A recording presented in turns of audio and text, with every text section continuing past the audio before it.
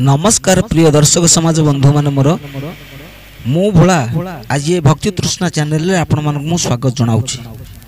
एही भक्ति तृष्णा चैनल रो मुख्य लक्ष्य होछि केमिति लोक मानकर कल्याण हबो, लोक मानकर मंगल हबो, लोक माने किपरि रोग दुख कष्ट सबुथुर मुक्ति पाई गोटे सुंदर मनिष भाबे दुनिया रे हेबे एवं सब कुप्रभाव गुडा को दूरित होई किपरि भल लोक भल मनिष रे तयारी हेबे सेति पूर्ण चेष्टा चलीछि। नुआ नुआ संस्करण सब आमे करूछु आपण निकट को सब आनिबु। हमर ए चैनल रे रहिछि सुंदर सुंदर गीत नृत्य भजन अभिनय एवं प्रभु कथा मान सुंदर सुंदर प्रभु कथा मान ता माध्यम रे आमे लोक मानक मन रे गोटे सृष्टि करिबु, आवेग सृष्टि करिबु जहा द्वारा कि लोक मानकर निश्चित मंगल हेबो। तेनु आजिर विषय वस्तु आमे रखिछु रोग उपरे। रोग तो आज्ञा ए संसार रे रोगटा एमिति व्यापिलानी, ये सारा गाँ कोन देश कोन राज्य कोन को लोक ठारे रोग नाही बोली कहबेनी। रोग गोटे एमिति पूरा व्यापी जाइछि। रोगर तो आगे संपूर्ण मूलोत्पाटन कहीं करें, एमती कौन बद्य डाक्तर ना जे कहीं मूलोत्पाटन करें।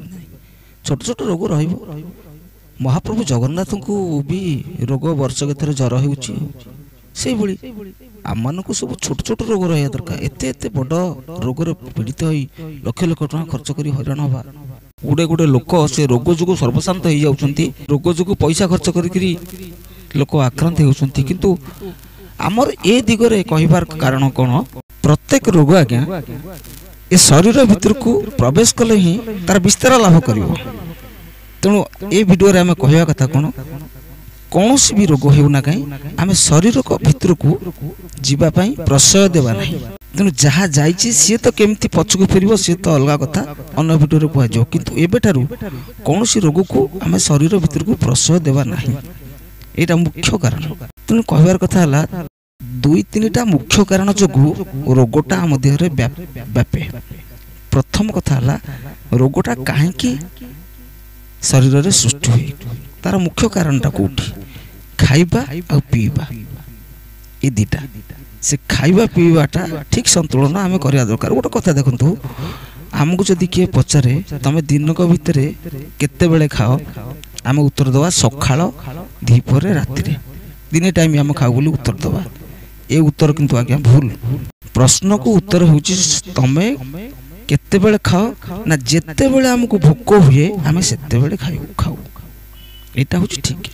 तेणु नियम कहूची शोष बेले पानी पीवा दरकार, भोक बेले खाद्य खाइबा दरकार। तेणु भोक समय पीवाटा भूल आ शोष समय खाइबाटा भूल, ए दिटा भूल जगियार दरकार। आउ गोटे बड़ कथाटा कहूँ आज्ञा, ये ख्याल दिखाँ। आमे आम शरीर रे निश्वास प्रश्वास आमर जाउछि, से निश्वास प्रश्वास रही गोटे शुद्ध रही गोटे अशुद्ध भी रही। आज्ञा प्रत्येक कार्य रे खाइबा हो कौन शुभ कम गमन हो जेकोसी कार्य जदि डाहाण पटे आमर निश्वास जाए ताले सेटा शुभप्रद, बाम पटे निश्वास गले सेटा होछि अशुभ, सेटा अशुद्ध भी। तेणु डाहाण पटे निश्वास जीवा समय जदि आमे जहा खाद्य ग्रहण करिबा सेटा शरीर पई प्रकृत उपयोग हुए बा सेटा ठीक जीर्ण कार्य रे लागे। जदि खाइबा बेले हमर बाम पुडारे निश्वास जाउथाय सेटा भी बेसी क्षतिकारक। कई तो सेटा को माप करंतनी खाई दियंती। आपण थरे परीक्षा करी देखंतु, भोक लागिला समय जदि जोर भोक होची से समय देखिबे आपण को डाहाण पुडारे निश्वास जाउथबो। एमती को टाइम रे आपण को इच्छा न थबो कि खाद्य देला खाया को से समय देखिबे जदि बामावर्ती थबो निश्वास ताहाले से समय खाइले भलो नुहे, सेटा शरीर रे ठीक काम लागेनी। एमती खाद्य खाए भितरे अनेक अनेक जिनस अच्छी आज्ञा जहाँ को खाया द्वारा रोग सृष्टि शरीर रे हुए। से जिनसर आमे सब रखिछु, आमे आपन को निकट को नब सुंदर सुंदर वीडियो सब करी आमे किछि किछि रखा जाइछि, से सब नब। एमती आज्ञा संसार रे ये रोग को निवृत्ति पाई अनेक अनेक प्रकार जिनस सब जिनस भी गोटे कथा मु कहूँ आज्ञा देखंतु, कौन रोग हेले से रोगर प्रथम डाक्तर है निजे जी रोगी आज्ञा।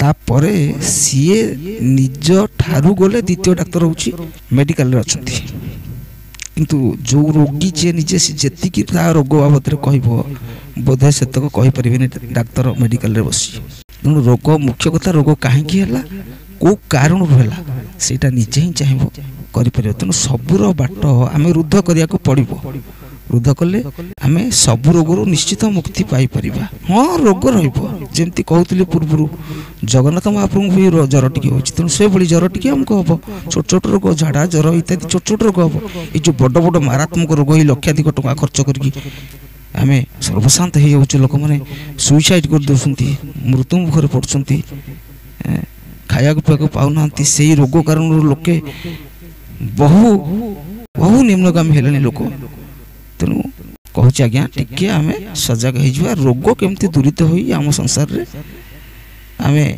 सुस्थ मनीष हो चलवा सेटा होची बड़ कथा वीडियो भी बड़ हो आज्ञा तथापि एठी विश्राम नेउछि आज्ञा आगामी वीडियो रे कथा हवा सेतोल पर्यंत रहिली जय जगन्नाथ जय हिंद।